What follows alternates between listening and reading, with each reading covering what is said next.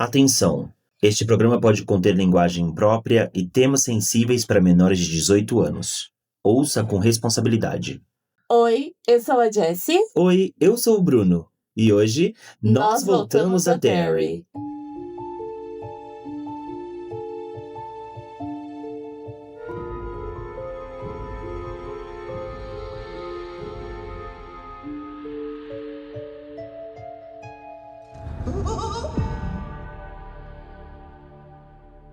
Bem-vindos de volta, otários! E aí, voltamos para mais um episódio. Agora chegamos no sexto, amigo.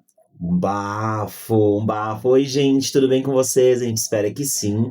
E é isso, a gente chegou no sexto episódio. Quem diria, não é mesmo? Não é? Porque, gente, é puxado, viu? Gravar episódio, ler, escrever roteiro, fazer tudo isso, editar, postar, mas graças a God, a gente tá com um ótimo resultado.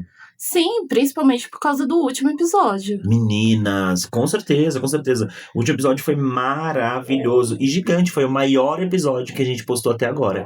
Sim, será que terá outro? Ah, com certeza, amiga. Gigante? A gente não tem negócio do filtro do cala a boca, né?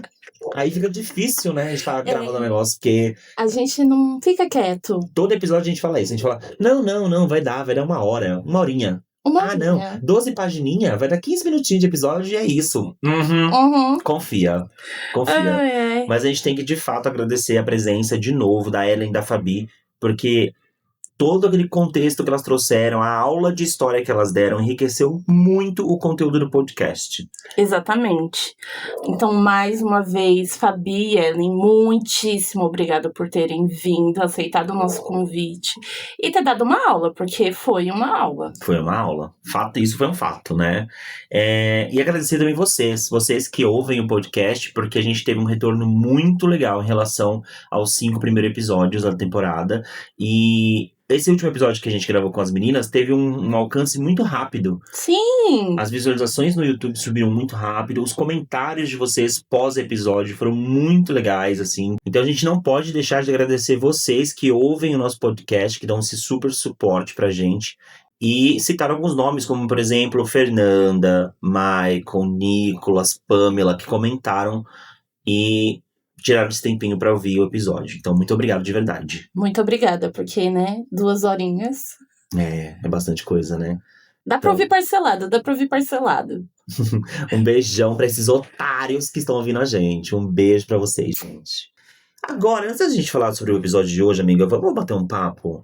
Vamos! Sobre uma coisa que a gente viu recentemente, que foi muito legal. Acho que vale a pena a gente dar uma indicada aqui. Sim! Pra ir assistir, porque tá um bafo. Eu fiquei surpresa. Você ficou gagnas? Fiquei gag de la gag. Gag de la gag. Eu não estava dando nada. Eu também não.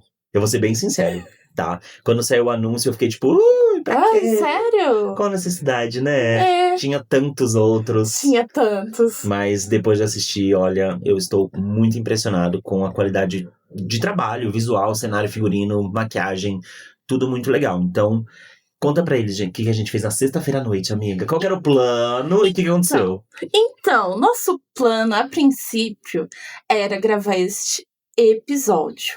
Porém, Bruno, do jeito que é, me mandou uma mensagenzinha, assim, bem basiquinha.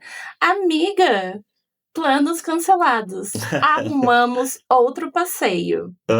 E o passeio foi assistir o musical Shrek. Sim, a gente foi no Teatro Renault, a convite do Nicolas, né, Nicolas Perini, e o Colégio Perini também, que convidou a gente, pra ir assistir Shrek o musical. Sim. E, amiga... Foi babado. Muito bom, gente. De dar risada do começo ao fim. As músicas estão bem legais. Tem coisas que eu não gosto, tem pessoas que eu não gosto no elenco, que eu acho que, enfim, né? Mas num contexto geral, num conceito geral, tá muito interessante. Sim, foi um musical que realmente me surpreendeu. Não estava com vontade de assistir Shrek. Já tinha comentado até com o Bru que... Ai, Shrek, não quero não. Gosto só do desenho mesmo. Mas foi surpreendente. Verdade. Estou falando novamente isso porque realmente está bom. Tá muito bom. E aí, a gente vai dar o serviço aqui pra vocês. Então, o Shrek vai ficar em cartaz no Teatro Renault. De quinta, sexta, sábado e domingo. Algumas sessões às 14, as outras às 20. Até o dia 7 de junho. Então, quem tiver vontade de assistir, compra ingresso lá no site da Ticket for Fun, gente. Não estamos recebendo... Né, nenhum tipo de patrocínio pra fazer essa propaganda, mas eu acho que cultura é super válido. Exatamente. E vale muito a pena a gente divulgar isso pra vocês, tá? Ingressos que vão ali de R$30 até 400. Então tem vários setores, dá pra comprar.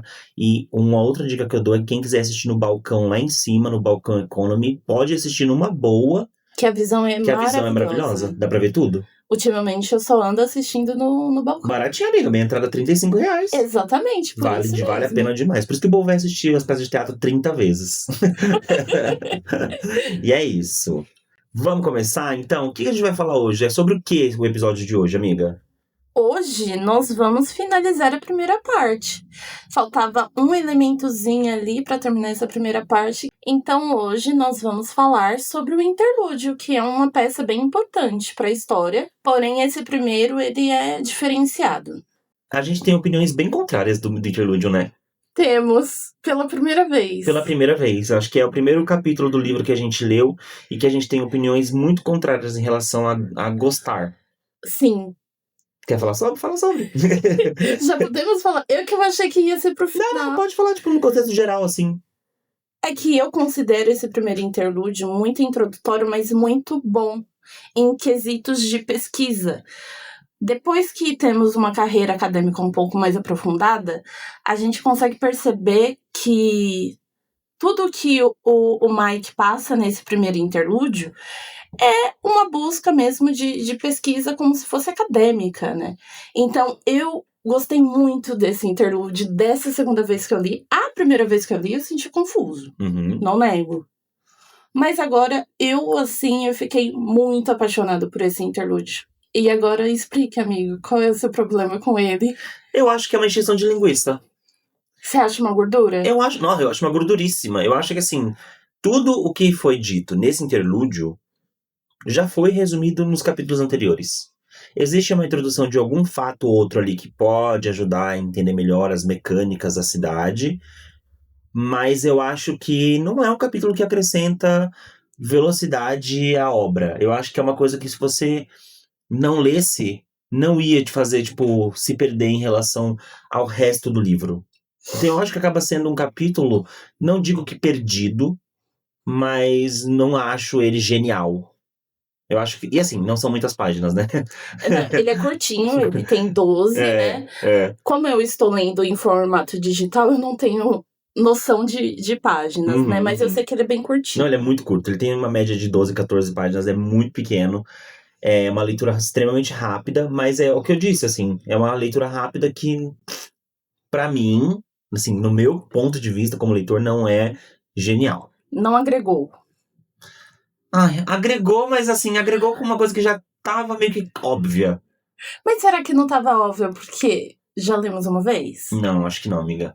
Acho que é tipo assim, o céu é azul.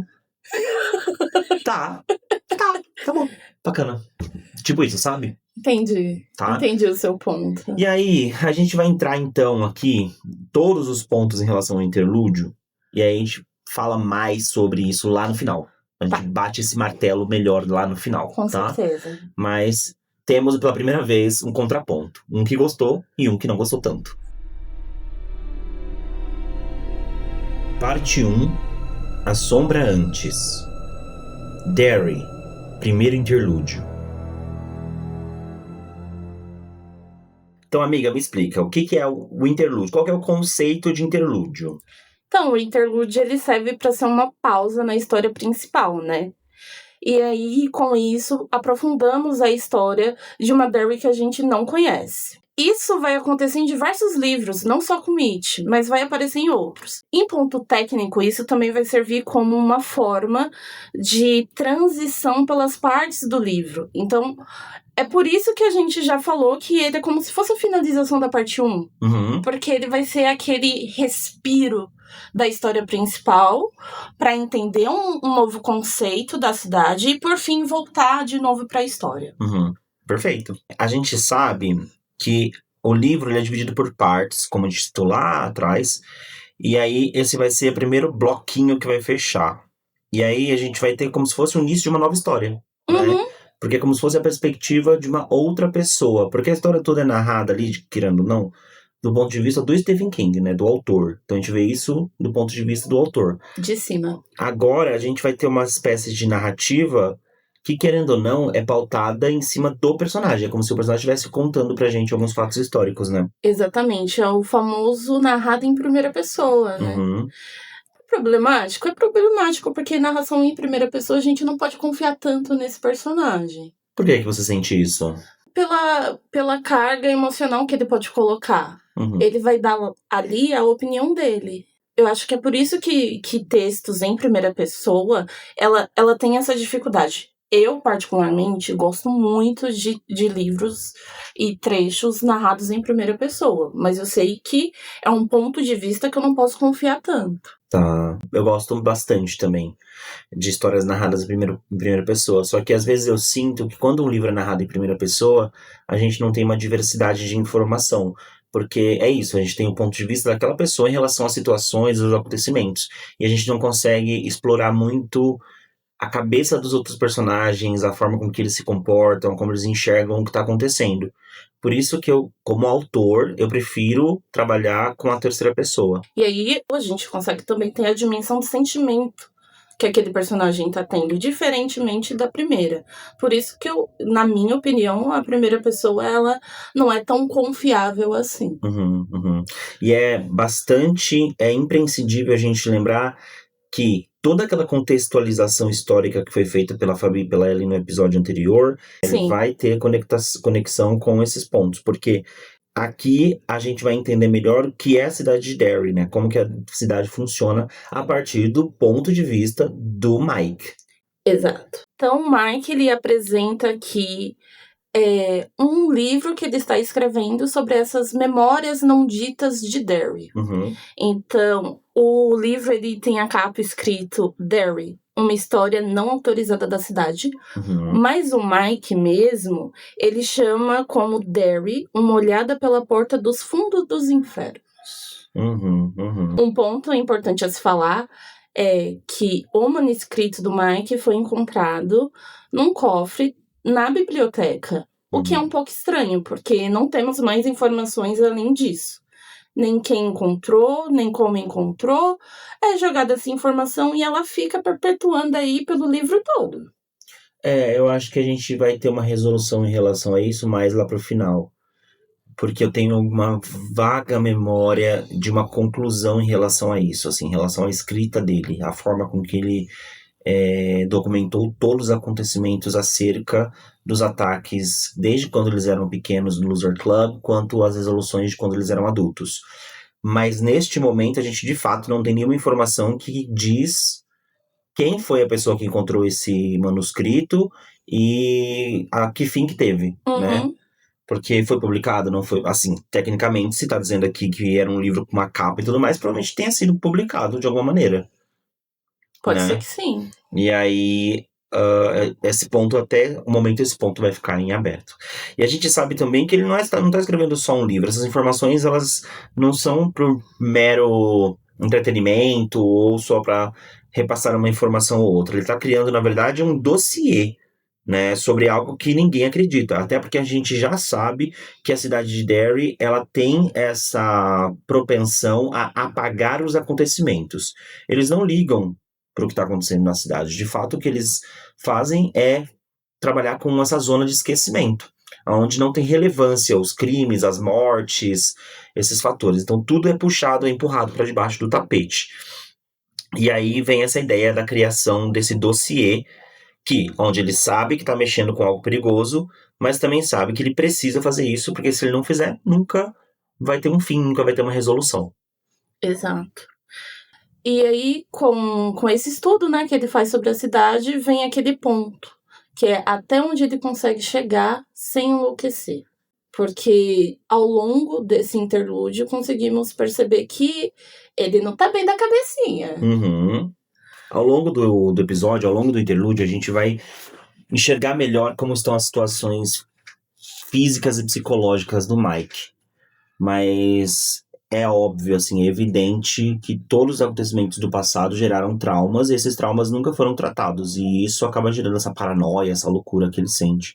E que deixa ele nesse limiar, né, na linha da loucura.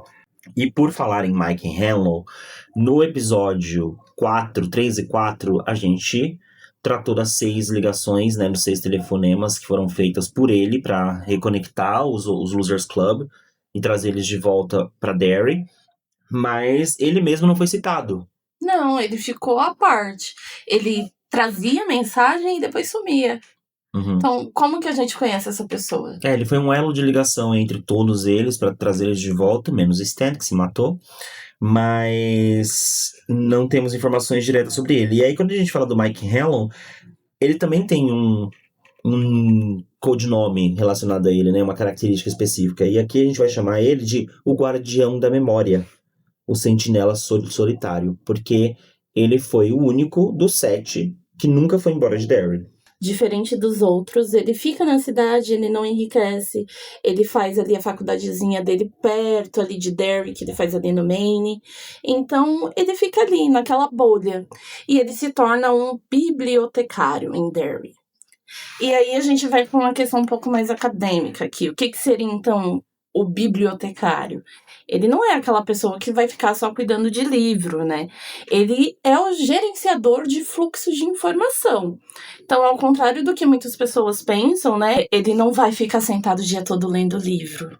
Ele vai garantir que a informação chegue para as pessoas corretas e para as pessoas que buscam essa informação. Quando ele vira esse pesquisador sobre Derry, vai mostrar que a vida de pesquisador é muito solitária.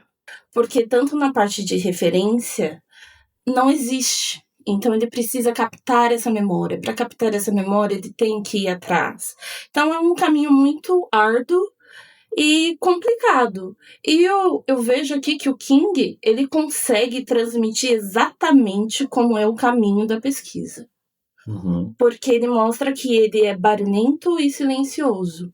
Ele é barulhento porque vai aparecendo questionamentos incessantes, mas ele é silencioso porque a gente não consegue encontrar respostas. Uhum. Então eu me compadeço muito com a história do Mike, porque eu entendo como é fazer essa busca por um lugar sem memória, porque minhas pesquisas, quando eu estava fazendo o meu técnicozinho, era exatamente da mesma forma que ele. Uhum.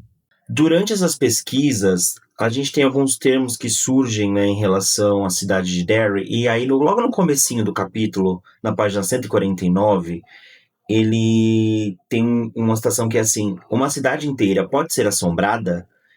E aí, quando eu tava lendo, eu fiz até uma anotação, coloquei assombrada e não amaldiçoada, porque assim, mesmo quem saiba, mesmo sabendo todas as questões em torno de Derry, do Pennywise e tudo mais, ele ainda acha, ele usa o termo assombrada e não, tipo, amaldiçoada. É como se o Pennywise fosse, de fato, uma sombra ao redor da cidade que tá só aguardando o momento certo para voltar a atacar. E a gente tem 3 palavras que surgem, né?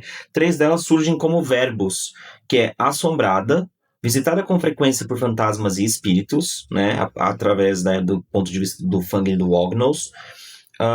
Assombrador, recorrentemente com persistência, difícil de esquecer, idem também dado como ideia central por Wognalls e Funk. E assombrar, aparecer ou retornar com frequência, principalmente como fantasma. Mas escute, um lugar visitado com frequência, local de visita, sala de estar, ponto de encontro, e aí o itálico ele fala que é dele e tal, etc. Então, assim, eu entendo que esse termo assombrado faça sentido por conta dessa pesquisa que ele fez sobre esses autores que ele é indicado, que já a gente vai falar sobre quem passou isso para ele, mas faz muito sentido ele usar esses termos. E aí ele traz um outro termo, uma outra definição, que aí não são verbos, né? Diferente das 3 primeiras, ela entra como um substantivo, que é assombro, né? E aí é um local de alimentação para animais. Então a palavra assombro, não assombro de susto, mas no caso do assombro, um local para alimentação de animais. Ou seja, faz muito sentido, né? Faz muito sentido. E eu acho que é por isso que eu gostei tanto dessa parte. Esse despertar em torno do Mike, ele acontece ali em 1980. Ele sente que a coisa pode estar voltando. E diferente dos outros que vivem na cidade, ou até os que deixaram Derry, ele sabe que a coisa existe, mas ele tem uma memória muito nebulosa da época. Porque, como a gente já falou, ele se manteve na cidade, ele se manteve em Derry. Ele vive essa vida dupla, né? Onde tem a normalidade mundana da biblioteca versus o pavor constante do terror, dos pesadelos, do sono desregulado, do medo, e dessa coisa lá no fundo, no interior, na cerne dele, dizendo: ele está voltando, o Pennywise vai voltar. Então, tudo isso, obviamente, colabora para a construção psicológica do Mike neste momento. Sim, ele acaba sendo o alvo mais fácil, né? Porque, não sei se todo mundo já percebeu, o Mike, ele é o nosso menino preto do Clube dos Otários. Uhum. Então ele sabe que ele é o alvo mais fácil. E por ele ter continuado na cidade, torna ele muito, muito exposto, né? Uhum. Então ele sabe que a arma tá apontada na direção dele. Como ele tem essa percepção de que a coisa tá voltando 4 anos antes, ele pensa, ou eu tenho que me preparar, ou eu tenho que me preparar. Uhum. Mas sempre, a todo momento, ele pensa, eu quero estar errado e a coisa não vai voltar. Ele tem esse posicionamento. Porém, a gente percebe que não é bem assim, né? Mas na verdade, ele tem essa percepção, e aí eu não sei até onde é uma percepção real ou é uma paranoia. Porque até o fato dele ser uma pessoa muito nervosa, com os nervos sempre à flor da pele por conta, né, dos acontecimentos e dos medos, ele, quando ele gargalha de nervoso, ou quando ele tá em algum lugar, ele observa que as pessoas olham estranho pra ele. As pessoas olham ele com um olhar, tipo, o Mike o louco. Mike o louco. Né? Mas eu vejo essa questão da gargalhar muito na questão de afastar o mal. Ele pode não perceber, mas em muitas culturas a gente já entende hoje que o ato de rir, de gargalhar, afasta o mal. E como a gente sabe que o mal habita aquela cidade, a partir do momento que ele ri, as pessoas olham, indiretamente as pessoas meio que tá assim, Uhum, uhum. Então a gente compreende, né, isso. E a gente, sabendo que Derry simboliza o mal, esse riso dele pode trazer o poder do terror, assim, né? Desarmar esse poder do terror. E é o que acaba incomodando a cidade, porque a gente sabe que a cidade prefere o silêncio. Prefere Exato. o abafamento, o esquecimento, né? Como a gente já disse anteriormente. E aí, tocando nesse assunto do silêncio abafado, a gente tem outros fatores que assombram o Mike durante a madrugada, né? São os pesadelos. Uhum. O nosso Mike, ele tem muitos pesadelos e ele acorda de madrugada com um punho na boca para abafá-los. Uhum. É algo que persegue ele. E acredito que chega ali nos anos 80, isso começa a piorar muito, porque ele tem a voz da tartaruga junto com ele. Uhum. E a voz fica falando que a coisa tá voltando, a coisa tá voltando. E ele até o momento, ele até se questiona. Será que é a tartaruga ou são meus pensamentos doidos? Uhum, uhum. Até porque, como contraponto, tem a lembrança do Bill sempre dizendo pra eles: a tartaruga não vai ajudar a gente, a tartaruga não pode ajudar a gente. Então, é de fato a tartaruga ou não é? Né? Qual é o jogo psicológico que tá acontecendo aqui? Sou eu me sabotando? Ou de fato é um aviso sobrenatural, um aviso de uma força maior que tá tentando mostrar pra gente que as coisas vão voltar a ficar ruins? É complicada essa parte da vida dele. E ele vive em constante luta interna, tá, gente? Ele é um personagem muito complexo. Eu acho que talvez o Stan, que é a pessoa mais, e eu considerava a pessoa mais fraca do grupo, do Clube dos Otários, nessa questão da fase adulta, né? Uhum. Eu acho que logo depois dele, eu acho que o pior, assim, o mais afetado pelos acontecimentos é o Mike. Sim, com certeza. E também, através disso, o próprio Mike vai percebendo características dele, como, por exemplo, ele não tem cabelos brancos. Uhum. Então, é quase que a criança dele não morreu ali. Quer dizer, não morreu no sentido efetivo, no caso, não cresceu, né? Parece que tá esperando a coisa voltar para ele conseguir combater esse assombro dele. Uhum. A gente avança mais algum tempinho na história, porque a gente tá falando de 1980, né, quando ele sentiu esse começo do despertar, a gente avança mais um pouquinho, lembrando que em 1984 foi quando a gente teve os acontecimentos com o Adrian Mellon lá na ponte, e aí o Mike começa a escrever sobre tudo o que está acontecendo na cidade, já sabendo que o ciclo já começou. Ele sentiu em algum ponto que o ciclo tinha dado início e ele começou a correr contra o tempo para mapear tudo o que estava acontecendo e a cada página praticamente um alerta de que isso não era um registro histórico, era um aviso. Então ele consegue mapear ali um padrão de despertar, né, da coisa. Então começa em 1741, parte para 1851, 1876, 1904, 1929, 1957. 57 foi o último ciclo, exatamente o ciclo onde eles eram crianças, né? Onde eles eram pequenos.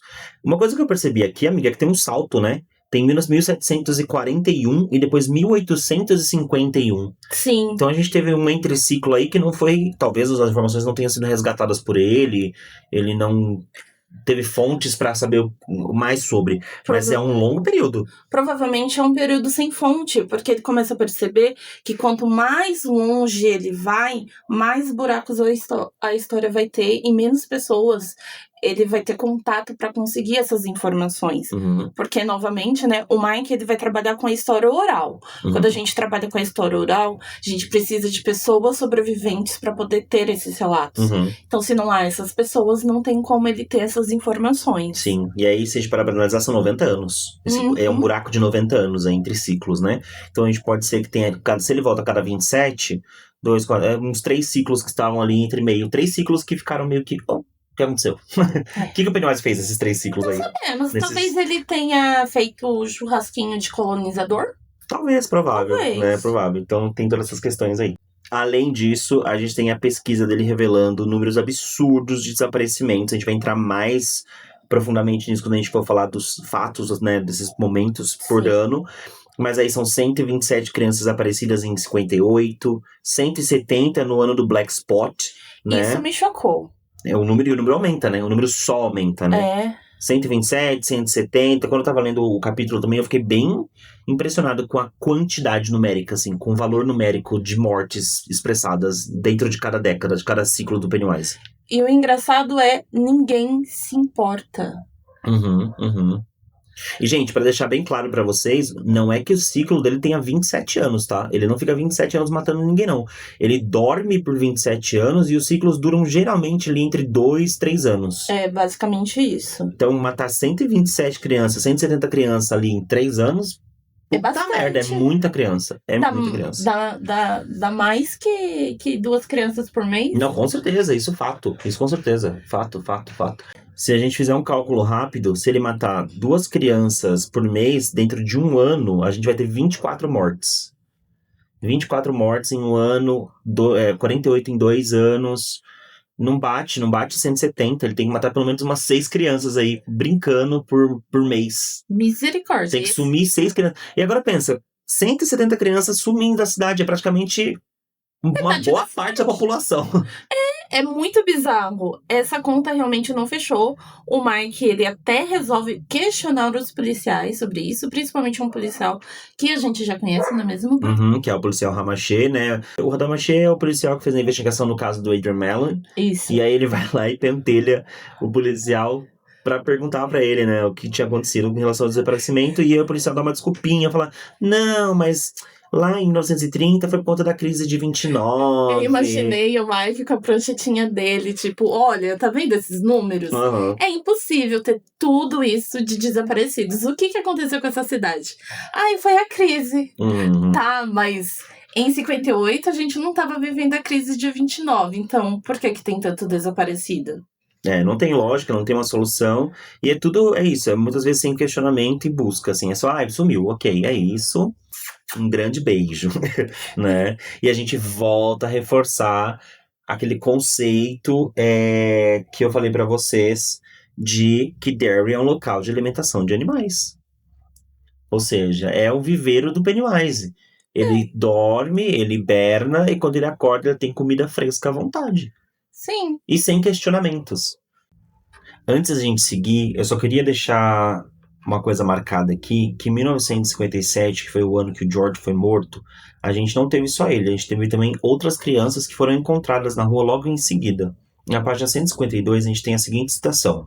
A garota Albrecht foi encontrada na calçada do outro lado da rua da maldita casa da rua Neibolt e foi morta no mesmo dia que George Dambrow, 27 anos antes. E o garoto Johnson, encontrado no Parque Memorial sem uma das pernas do joelho para baixo. O Parque Memorial é o lar da Torre d'Água de Derry. O garoto foi encontrado quase na base dela. A Torre d'Água ficava a um grito do Barrens. A Torre d'Água também é onde Stan Uris viu aqueles garotos mortos. Então, foi uma sequência de mortes brutais que começaram em 57.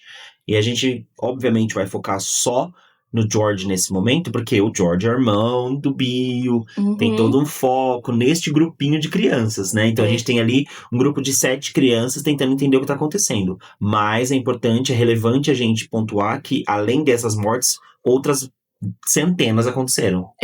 Na época do George foram em torno de 127 crianças. De 3 a 19 anos. Outro dado, já que a gente tá falando de dados, né, muito importantes, é que Derry, neste período, era uma cidade de quase 35 mil habitantes. Não é tão pequena. Não. 35 mil habitantes é uma quantidade relevante de pessoas. Porque quando a gente pensa em Derry, eu tinha na minha cabeça uma ideia, talvez, que seja impressa por conta dos filmes e da série, que era uma cidade um pouco menor, assim. Que não era uma cidade tão populosa. Uns 15, 20 mil habitantes, assim, no máximo, estourando. Mas 35 mil habitantes é uma quantidade relevante até, se a gente parar pra pensar. Sim. Né? O Mike, ele chega num dado que, pra ele, se assusta, porque ninguém da cidade tem esse dado. O desaparecimento de 340 colonizadores em 1741. Que é um caso parecido com uma cidade norte-americana, que também ninguém solucionou o caso. Então o Bruno agora vai contar pra gente um pouquinho sobre esse outro desaparecimento, que é um pouquinho parecido com o que acontece aqui em Derry. Eu acho que vocês já devem ter ouvido falar, é uma lenda urbana, né? Uma história que circula muito nos Estados Unidos, mas a gente também conhece por aqui. Inclusive, até rendeu uma das temporadas do American Horror Story, a série do Ryan Murphy de terror, inclusive com a participação da Lady Gaga no elenco, que é a série American Horror Story Roanoke. A colônia de Roanoke, conhecida como a Colônia Perdida, ela teve 2 tentativas principais de fundação. Uma primeira em 1575, que foi o primeiro assentamento, foi fundado por Ralph Lane, nas ilhas de Roanoke, e depois em 1587. Ficava ali na região onde hoje é localizada a Carolina do Norte, né? Tinha cerca de 115 colonos, que eram liderados por John White, vieram da Inglaterra para cá para tentar uma nova vida. Dentre os colonos estava inclusive a Virginia Dare, que foi o primeiro bebê inglês que nasceu nas Américas. Nossa, nem sabia que... Uma loucura, né? Muito doido isso. Vieram pra cá e aí criaram essa ideia de colônia, só que alguma coisa no meio desse processo acabou dando errado. Por falta de comida e alguns conflitos locais, o John White teve que voltar para a Inglaterra para buscar por ajuda. Creio eu que provavelmente parte desse conflito pode ser em contraponto com os povos originários da América, né? Provavelmente. Então, provavelmente por conta desses fatores. Ele demorou um tempinho bem curto pra voltar, coisa pouca. Foram 3 anos. Tá? Assim, só uma perguntinha. Não, menina, é que naquela época não tinha Uber Bolt, não tinha o negócio da velocidade, né? Só uma perguntinha. Ele realmente acreditava que quando ele fosse voltar, ele ia encontrar a colônia dele? Sim. Ele tava ali monitorando pelo celular, igual aqueles joguinhos que você monitora seu vilarejo e tudo mais. Sei. Mas ele achou que sim. Mas o que atrapalhou todo o retorno dele rápido foi a guerra com a Espanha. Porque ao mesmo tempo, lá na Europa, tava rolando a guerra com a Espanha. Então, toda essa questão da Invencível Armada, das lutas, da guerra, acabou atrapalhando o retorno dele. E quando ele voltou, a colônia estava completamente vazia. Só que assim, quando eu digo vazia, não estou dizendo vazia porque foi queimada, porque foi destruída. Tudo estava intacto. As moradias, o local do vilarejo. Meu Deus! Pois basicamente, amiga, é uma história de terror. Nada diferente, não tinha um sinal de corpo, um sinal de luta, nada. O vilarejo estava lá. A única coisa de diferente que tinha era a palavra Croatoan entalhada na madeira. Então a gente tinha lá a escrita Croatoan escrita na madeira. que era uma possível referência às ilhas de Hatteras, mas, enfim, quem escreveu? Quem deixou aquele recado? Sumiu. Qual que era o sentido, né? E aí isso levantam várias teorias não somente entre os historiadores, mas entre as pessoas que acreditam em teoria da conspiração e etc e tal. Então, assim, é uma teoria da conspiração bem antiga. Muito antiga.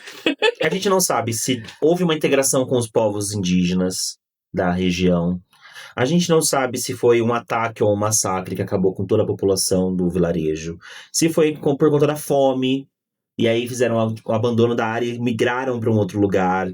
Ou uma mudança planejada, não se sabe. Não se sabe. Até hoje, não se foi resolvido esse problema de Roanoke. Não tem uma solução histórica para isso, tá? Um dos maiores mistérios, e acaba sendo, assim, um dos maiores mistérios da história dos Estados Unidos, que, como eu disse, inspiram histórias de terror, conspirações e séries até hoje. Passada. Gag dela gag. Gag dela gag. Não sabia dessa história. Pois é, gata, é um bafo. Mas o engraçado é que aqui, nessa que aconteceu, foi só 100 e... No caso de Roanoke, foram só 115 colonos. Foram 115, um número bem menor, perto do que aconteceu com Derry. Mas se pra pensar, é praticamente o dobro, né? É muita gente. É muita gente. É muita gente, O menina. Mike percebeu que o pessoal da própria Derry não sabia dessa história. Mas sabia da mais famosa dos Estados Unidos. Uhum. Então é bem complicado quando um povo não conhece a própria história. Uhum. E se eu não me engano, tá, gente? Eu vou dar até uma olhadinha aqui no livro, mas se eu não me engano, esse desaparecimento em Derry aconteceu ali bem na rua aonde fica a casa da rua Neibolt. Essa mesmo. Tá, então a gente sabe, inclusive, no filme, na adaptação de 2017, quando eles falam sobre esse assunto do desaparecimento dos colonos, eles falam que tinha sangue, né? E arrastando, tipo, uma rastro de sangue indo em direção ao poço que ficava ali na região. Então a gente sabe que esse poço, a casa da rua Neibolt é construída exatamente em cima desse poço. É isso mesmo, ó, nas ruas Witchen e Jackson, que se cruzam hoje. E aí aqui tem a informação dos colonos e tem também a informação da casa da rua Neibolt, na página 156. O Mike reúne todos esses dados, mas ele precisa de um embasamento muito maior para construir algo que seja palpável e real, para que as pessoas de fato acreditem nele quando leem, as pessoas começassem a ler esse documento que ele estava criando em relação à cidade. Para isso, ele ia precisar da ajuda de alguém, porque não basta ser só uma pessoa curiosa e bibliotecária e formada na área. Ele precisava achar um braço direito, um mentor para guiar ele na questão de pesquisa. E aí, quem foi esse mentor? Foi o Albert Carson. Ele foi o bibliotecário-chefe da Biblioteca Pública de Derry.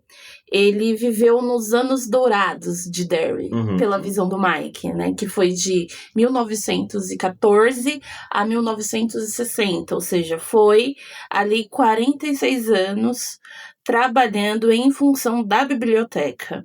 O Albert, ele morre ali com seus 91 anos de câncer de garganta, mas até ele morrer, ele consegue ajudar muito o Mike na questão em quem que o Mike deve começar a conversar, né?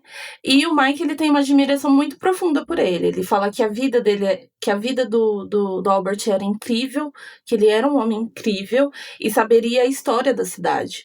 Então ele vai ser a figura-chave pro Mike. Ele vê ali uma possibilidade de resposta. Só que aí o Albert, ele tem ali o seu pezinho. Eu não vou te dizer tudo, você vai procurar, mas eu não quero que você saiba.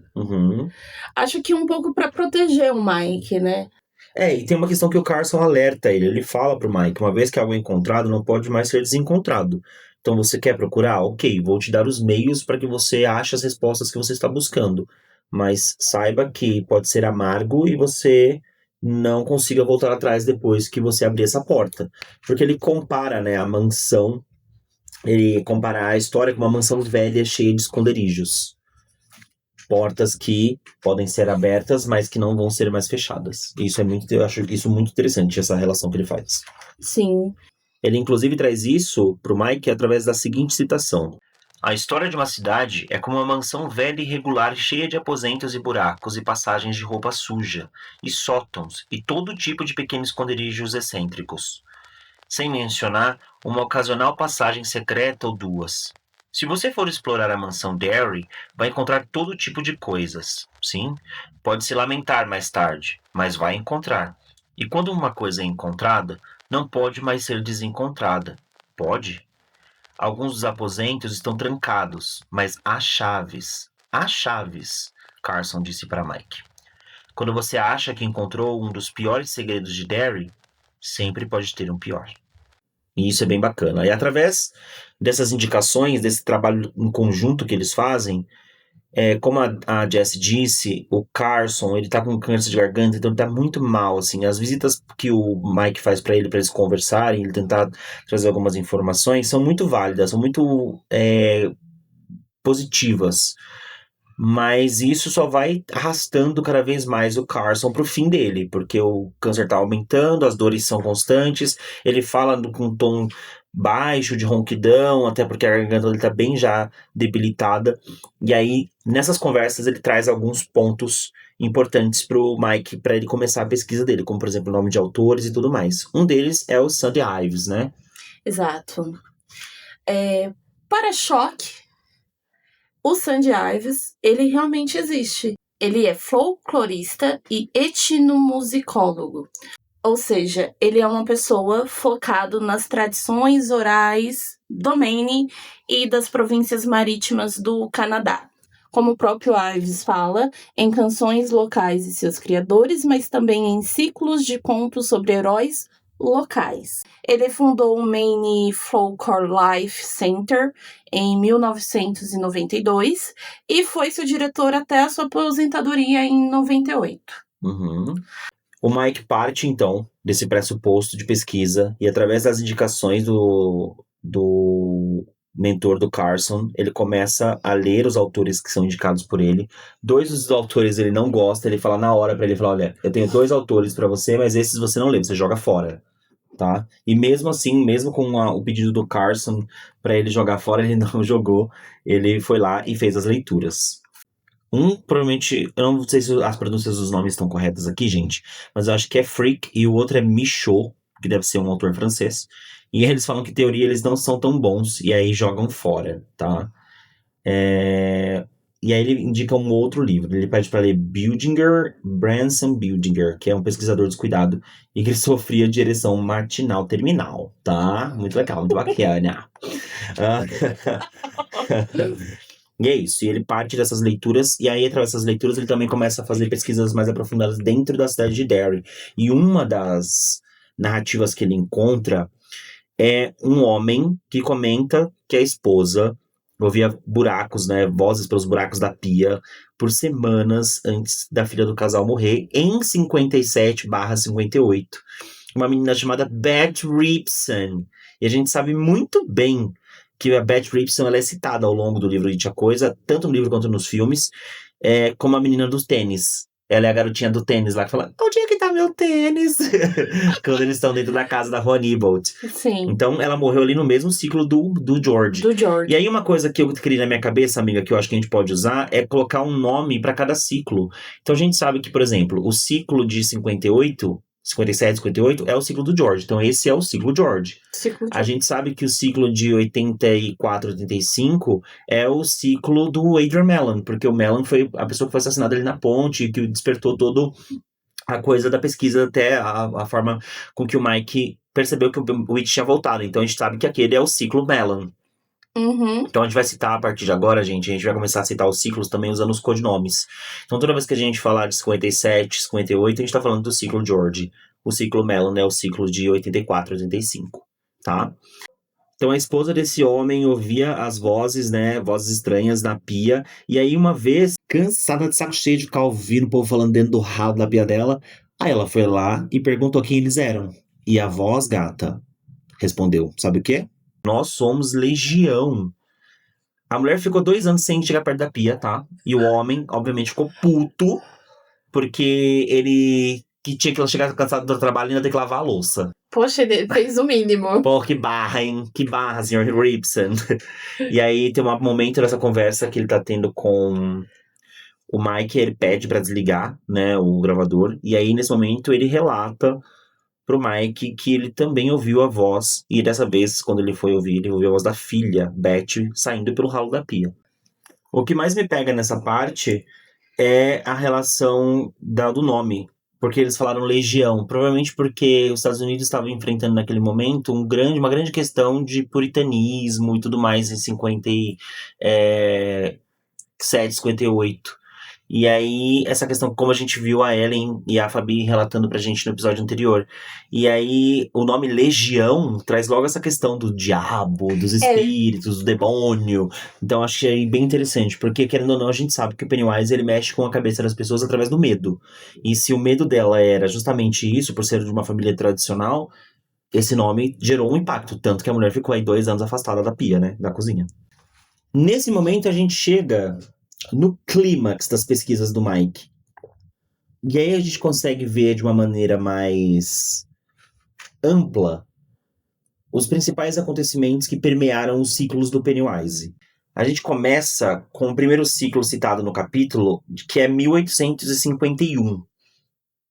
Que é um acontecimento onde um tal de John Markson, ele matou toda a família com veneno e cometeu suicídio ingerindo uma quantidade absurda de cogumelo letal.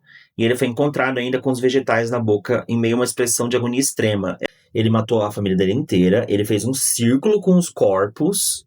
Eu achei que foi bem satânico ele. Eu não sei nem se... Olha, sinceramente, eu não sei nem se isso tem a ver com Pennywise, tá? Então, Porque, tipo, não tem muita pegada... Não tem muito a cara do Pennywise. não é um modus operandi dele. Exato, não acho que seja muito a cara dele.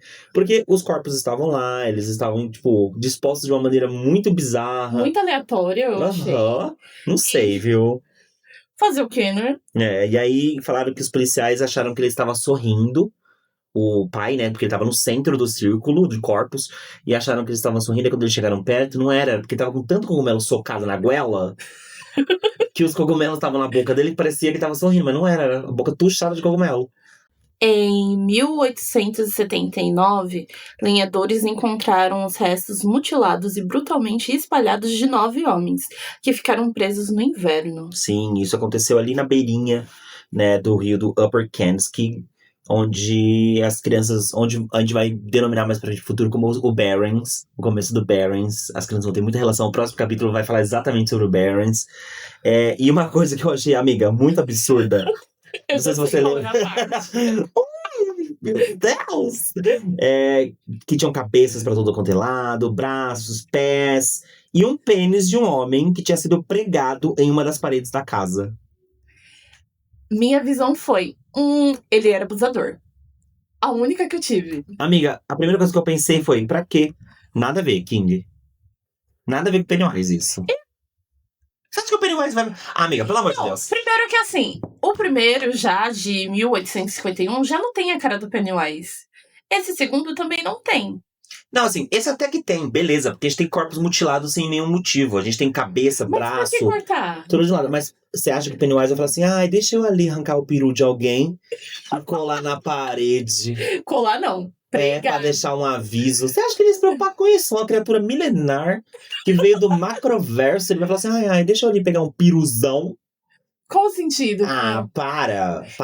Aqui eu acho que o Pennywise... Não, acho que nem culpa do Pennywise, tadinho. Aqui eu acho que o King deu uma viajada. Às vezes ele tava meio chapado. Às vezes ele tava bem louco na cabeça dele, né? Pelo amor de Deus, pra quê? Qual a necessidade? Até anotei no livro, tá, gente? Falei, nada a ver com o Pennywise, nada a ver.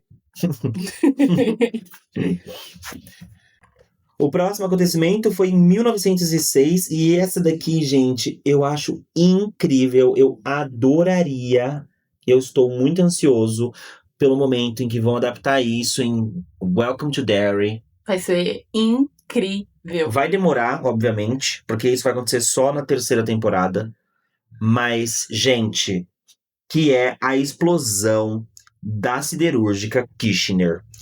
Teve uma caçada de ovos da Páscoa nessa siderúrgica, que terminou com uma explosão terrível e inexplicável que matou 102 pessoas, a maioria delas sendo crianças, e se tornou a pior e mais misteriosa tragédia de Derry. E a mais famosa. E a mais famosa. E obviamente, assim, né? Eu não acho que tenha sido a pior tragédia. Eu ainda acho que Black Spot é a pior tragédia. Eu não acho essa a pior. Eu acho muito agressivo o Black Sim. Spot. Mas, Eu acho obviamente que essa daqui vai ser considerada a pior, porque muitas crianças brancas morreram, não é mesmo? É mesmo. Tem até o caso do menino que foi encontrado uma semana depois da cabeça dele. Ai, tadinho, gente. Nossa. A explosão foi tão horrorosa, que depois de uma semana encontraram a cabeça de um dos meninos na árvore. Com a boca suja de chocolate.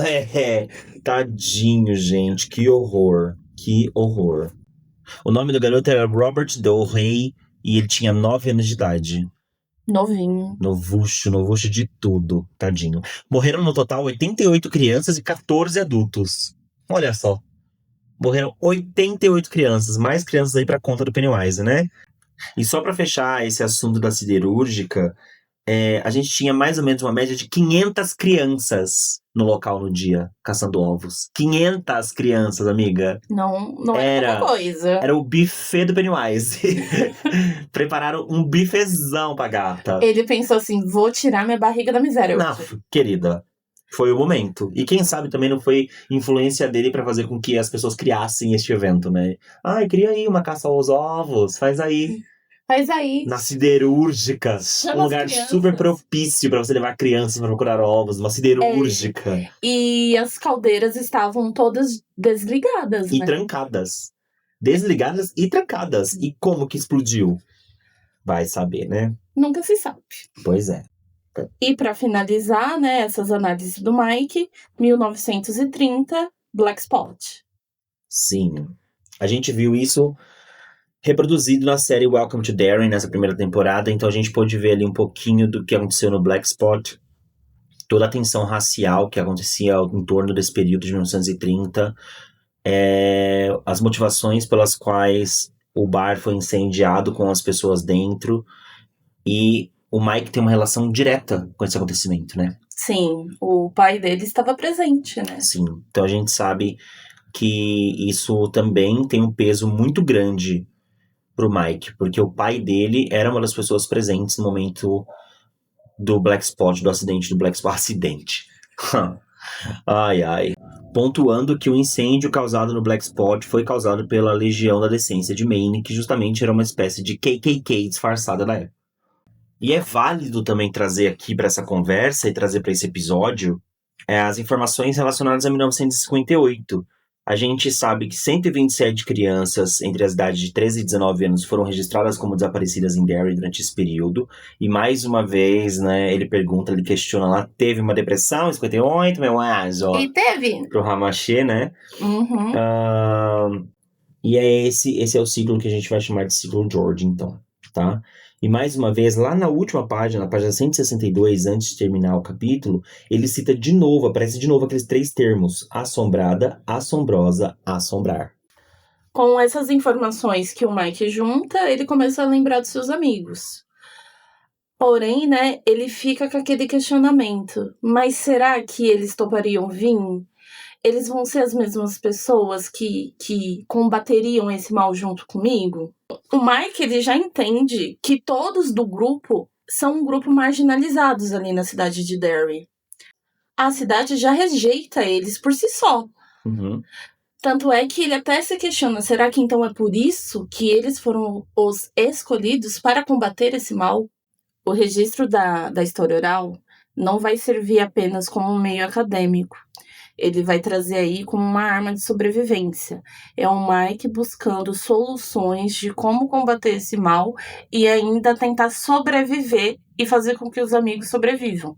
Uhum. Eu entendo que ele usa isso como uma pré-guerra mesmo, como se ele estivesse se preparando para a batalha, reunindo o máximo de informação que ele consegue, porque ele sabe que é inevitável. O que vai acontecer, ele vai ter que ligar para os amigos e eles vão ter que voltar para Derry, porque, querendo ou não, eles fizeram um pacto, né, na água, lá com o pezinho na água, todo mundo com a mão cortada, parecendo druidas, então aceitaram esse futuro. E um questionamento que é levantado para o Mike, em todo esse período, é qual seria o primeiro amigo dele a ceder, ou a morrer nessa batalha. E é uma relação que eu achei muito inteligente. Aqui o Stephen King foi muito inteligente na construção dele. Na página 152, ele diz: é como se eu estivesse segurando a lâmina de uma guilhotina. E aí a gente faz a relação direta com o que aconteceu com o Stanley, porque ele usou lâminas para cortar os pulsos. Então, e a primeira ligação realizada por ele foi pro Stanley. Então, tudo isso é muito conectado. E aí, eu acho que é essa escrita que eu senti falta dentro desse capítulo.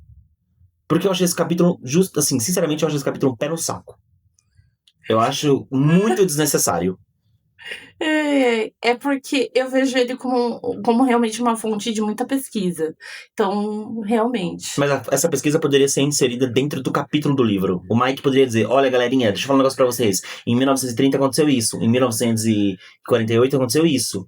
E foi assim, assim, assim. Faria muito mais sentido do que só, tipo, jogar um monte de informação aqui, falar sobre uma pessoa que já morreu de câncer na garganta e, tipo, não teve praticamente quase nada de contribuição. Sabe? Eu acho que é um capítulo muito cheio de informação, mas eu acho que isso é uma gordura que talvez não precisasse existir dentro do livro. Já eu penso ao contrário, eu gosto muito dessa parte, já entendemos o motivo e o porquê.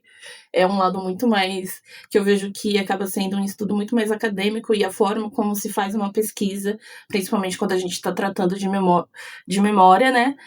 E por isso que eu realmente gostei muito de reler essa parte. Né? A gente encerra, então, esse primeiro interlúdio com o Mike olhando pro telefone, sabendo que vai ter que ligar pros amigos e que isso vai mudar tudo, né? E ele se questiona, será que eu ligo, será que eu não ligo? Fica nessa briga interna, mas a gente sabe que ele liga. E ele suplica a Deus para que ele não precisasse ligar pros amigos.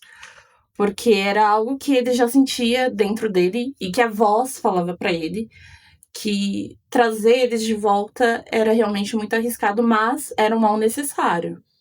A citação que eu achei bem bacana, que termina com esse capítulo, é: a história está escrita. Agora, falta despertar quem sobreviveu a ela.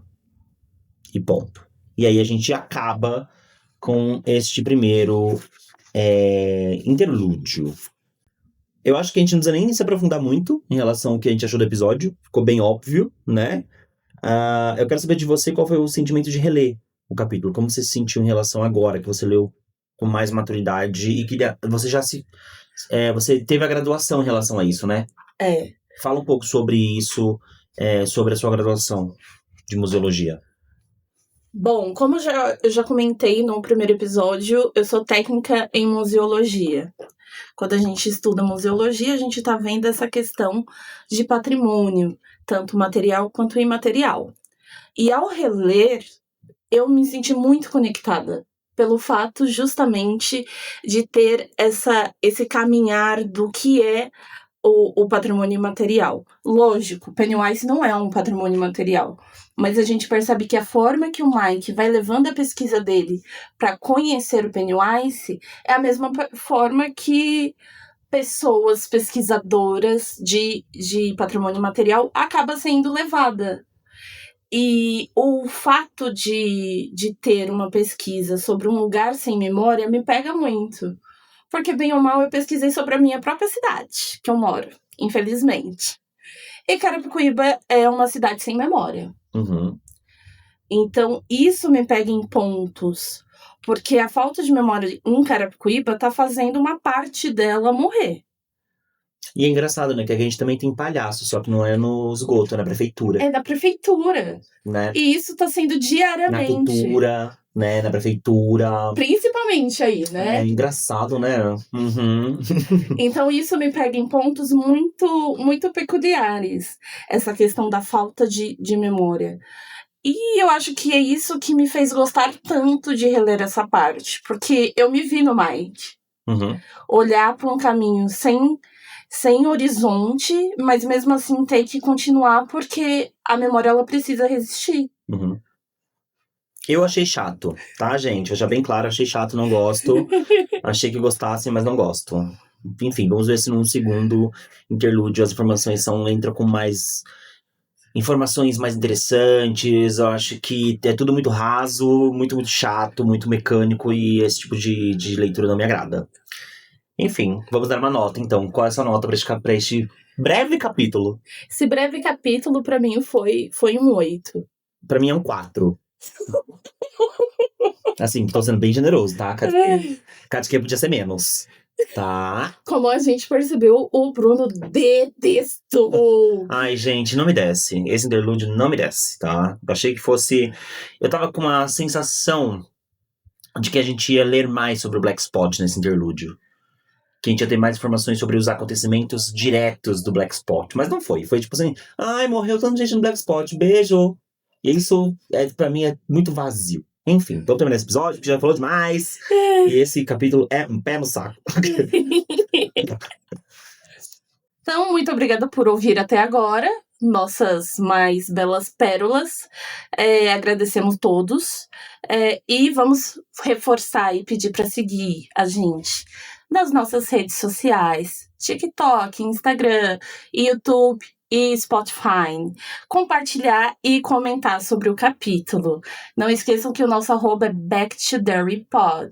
Isso, gente. E deixem aí nos comentários. É importante quando vocês comentam o ponto de vista de vocês em relação ao episódio, tanto no Spotify quanto no YouTube. Isso ajuda a gente a engajar mais o podcast.